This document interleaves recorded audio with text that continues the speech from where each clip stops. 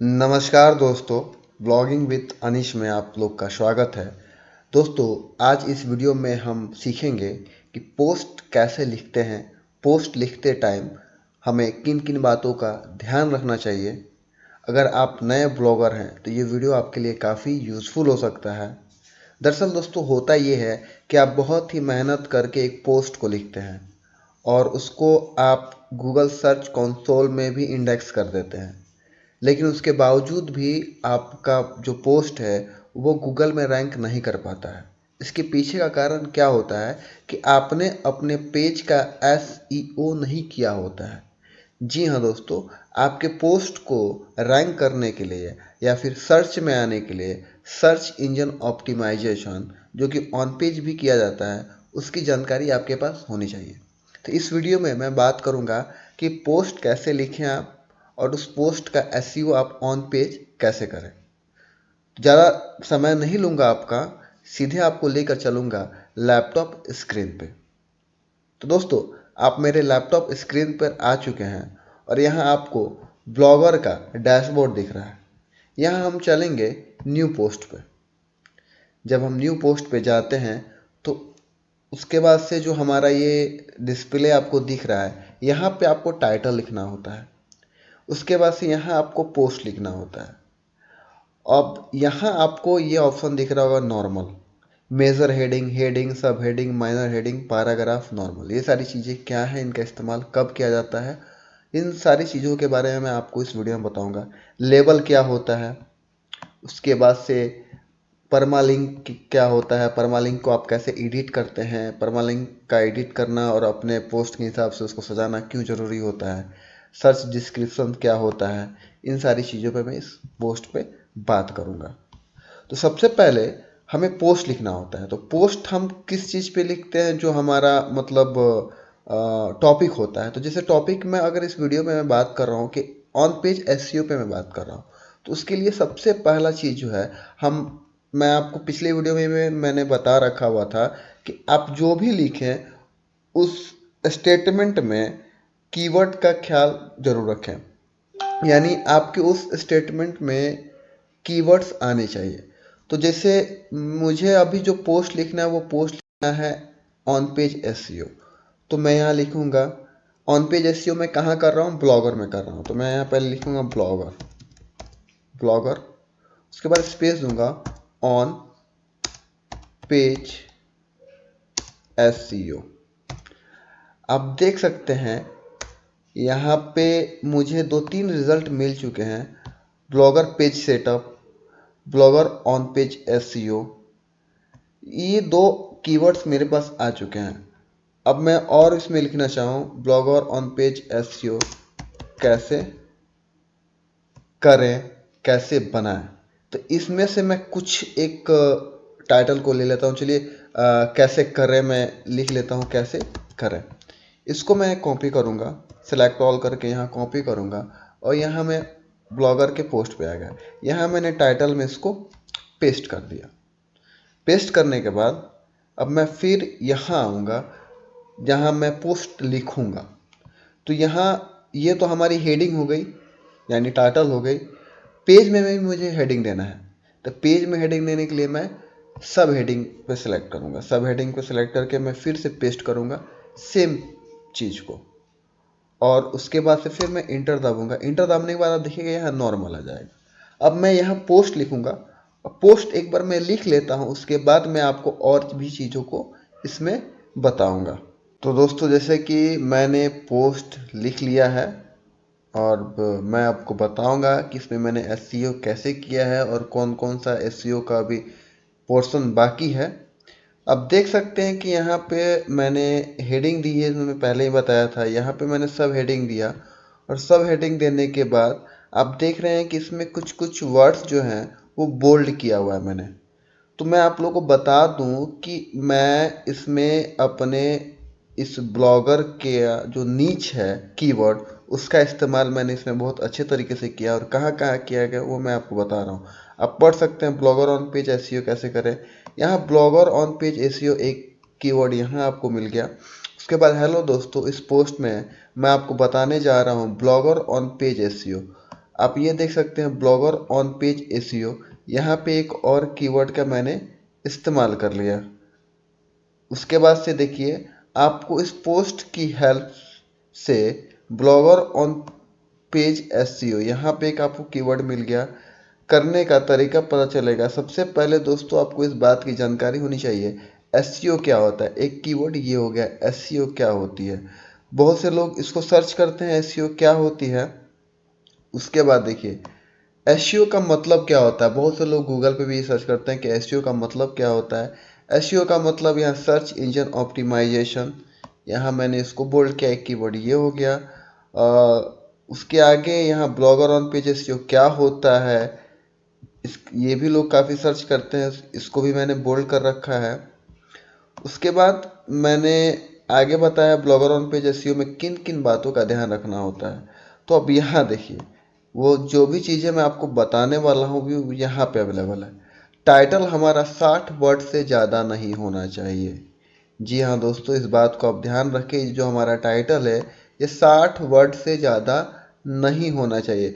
ऐसा नहीं है कि आप नहीं रख सकते हैं, आप जितना चाहें उतना ज़्यादा इस टाइटल को रख सकते हैं, लेकिन कोशिश करें कि आपकी जो टाइटल हो वो 60 वर्ड के अंदर ही अंदर आ जाए। ये मैंने बाद में डाला है, ठीक है। ये जो है ब्लॉगर टिप्स बाय अनीश, ये मैंने बाद में लिखा है। इस क्यों लिखा है ये मैं आपको बताऊंगा आगे। फिलहाल लेकिन जो अगर मेरा टाइटल है मैं इतना भी रखूंगा तो मेरा चलेगा। ब्लॉगर ऑन पेज एसईओ कैसे करें, इतना भी मैं रखूंगा तो मेरा टाइटल हो जाएगा। ये मैंने क्यों रखा है इसका जानकारी मैं आगे दूंगा आपको। लेबल्स यानी कि कैटेगरी भी हमारे नीच कीवर्ड से मिलता जुलता होना चाहिए। नीच कीवर्ड यानी नीच का मतलब हो गया कि जिस टॉपिक पे हम काम कर रहे हैं, जैसे हमारा टॉपिक क्या है, ऑन पेज एसईओ। ब्लॉगर का ऑन पेज एसईओ जो ये हमारा है, ये नीच हमारा है, नीच कीवर्ड है। तो इससे रिलेटेड जो यहाँ पे आप देख सकते हैं इस सेक्शन में जब आप आइएगा तो लेबल्स हैं, तो यहाँ लेबल्स भी आपको इसी हिसाब से देना चाहिए। तो जैसे कि मैं पहले इसको कॉपी करता हूँ, ब्लॉगर ऑन पेज, आप इस कॉपी करके यहाँ आएंगे, पेस्ट करेंगे और जब कॉमा देंगे तो वो एक कैटेगरी बन जाएगा। उसके बाद से मैं फिर यहीं से उठाता हूँ इसको, ऑन पेज एसईओ, उसको कॉपी करता हूँ और फिर यहाँ पेस्ट कर देता हूँ ऑन पेज एसईओ। उसके बाद से ब्लॉगर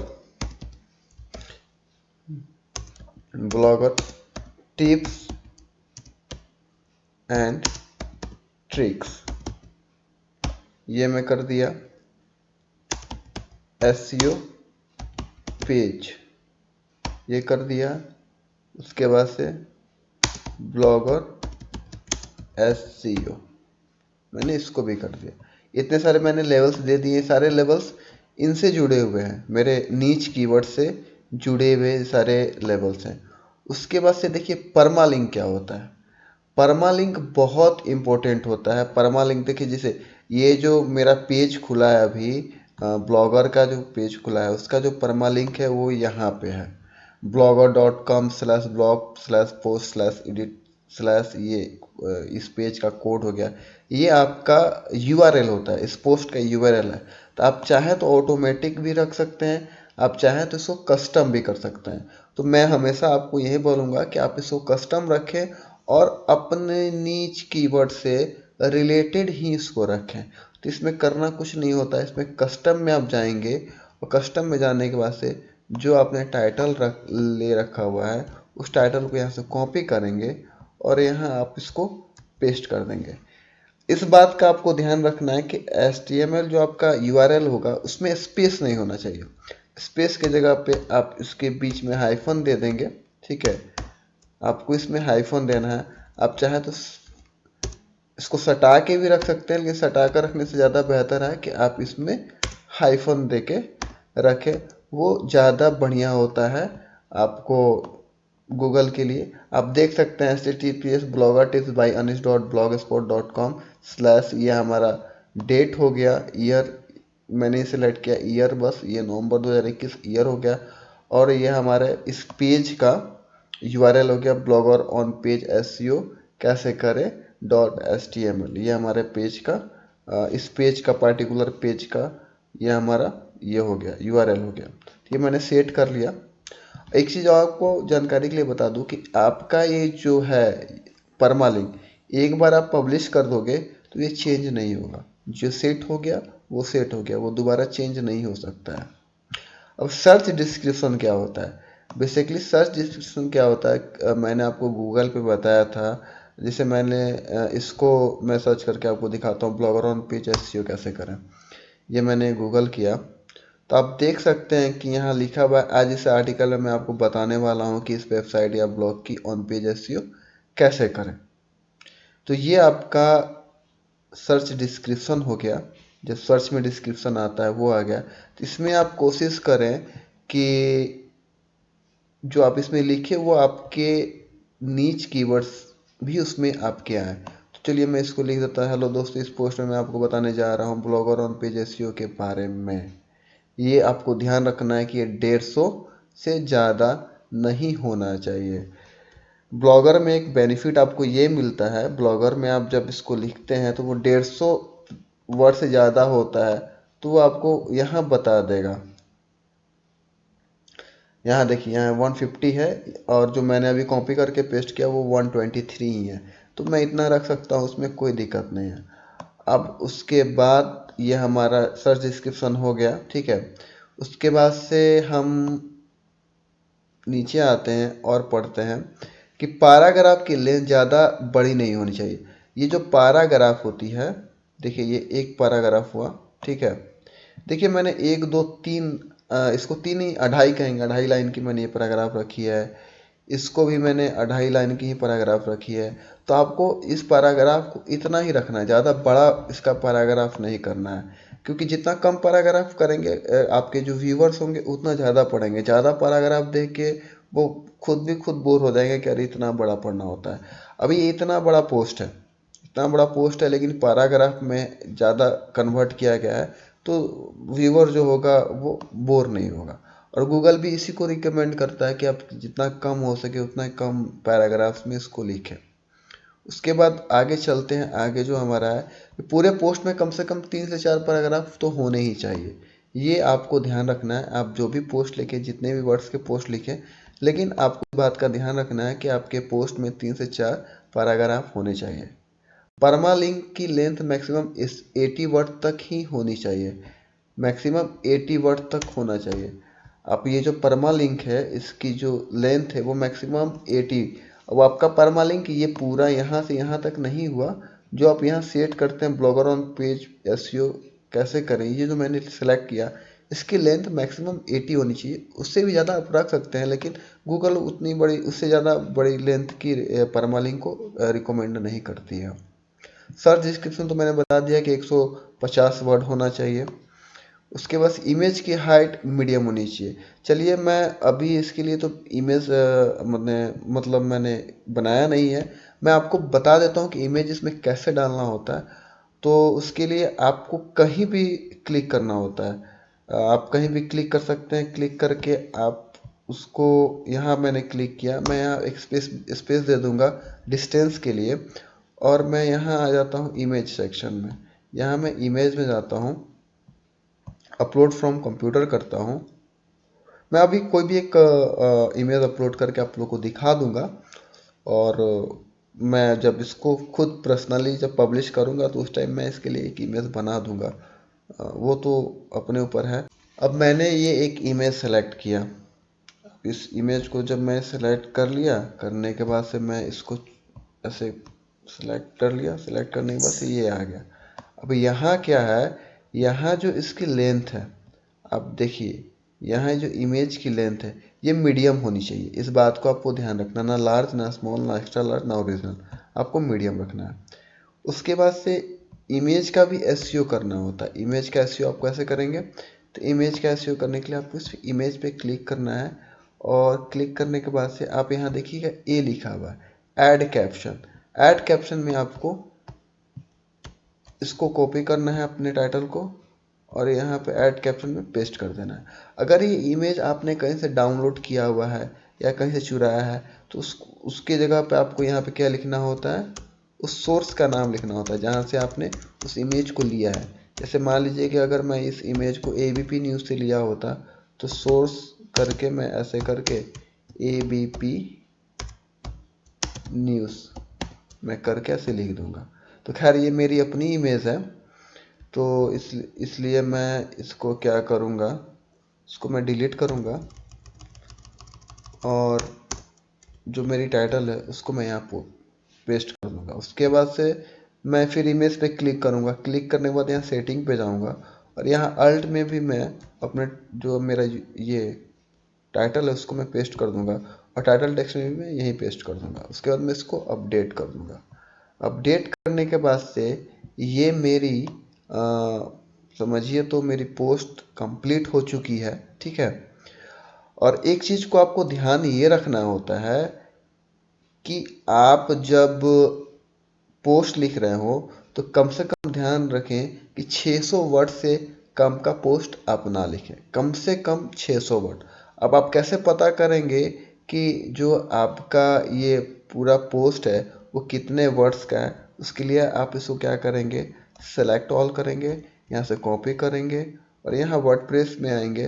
वर्डप्रेस में आने के बाद से, माफ़ कीजिएगा वर्डप्रेस बोल रहा हूँ, माइक्रोसॉफ्ट वर्ड में आएंगे और माइक्रोसॉफ्ट वर्ड में आके आपको यहाँ पेस्ट करेंगे। जब यहाँ पेस्ट करेंगे तो ये यहाँ पे एनालाइज करके आपको बता देगा कि कितने वर्ड्स का ये आपका पोस्ट है। देखिए यहाँ पे 661 यानी 661 वर्ड्स का ये हमारा पोस्ट है। तो ये जो हमारा पोस्ट है वो 661 का है। इतनी लेंथ अच्छी है, ठीक है। कम से कम लेंथ, आप मैक्सिमम 1000 वर्ड लिखें, 1500 वर्ड लिखें, 2000 वर्ड लिखें, मच बेटर है, बहुत बढ़िया है। खैर मैं आपको बताने के लिए मैं पोस्ट लिख रहा था, इसलिए मैंने 661 ही वर्ड में लिख पाया। मैं बाद में और इसको बढ़ा के 900 से 1000 करने की कोशिश करूँगा। अब ये पूरी तरह से मेरा ऑन पेज एसईओ ये हो चुका है और उसके बाद से अब मैं क्या करूँगा, इसको मैं पब्लिश पे क्लिक करूँगा। पब्लिश पे मैं क्लिक करने के बाद ये मेरा पोस्ट आपको रेडी हो चुका है। मैं इसको एक बार देख लेता हूँ कि ये पोस्ट एक्चुअल में कैसे दिखेगा जब कोई इसको क्लिक करके देखने चाहेगा। तो आप देख सकते हैं ब्लॉगर टिप्स बाय अनीश। आप ब्लॉगर ऑन पेज एसईओ कैसे करें, यहाँ मैंने इसको बोल्ड किया था तो आप देख सकते हैं इसके कलर से इसके कलर में अंतर आया है। ब्लॉगर ऑन पेज एसईओ कैसे करें, उसके बाद से आप देख सकते हैं ये वो मैंने आर्टिकल लिखा हुआ है। तो ये रहा आपको ऑन पेज एसईओ।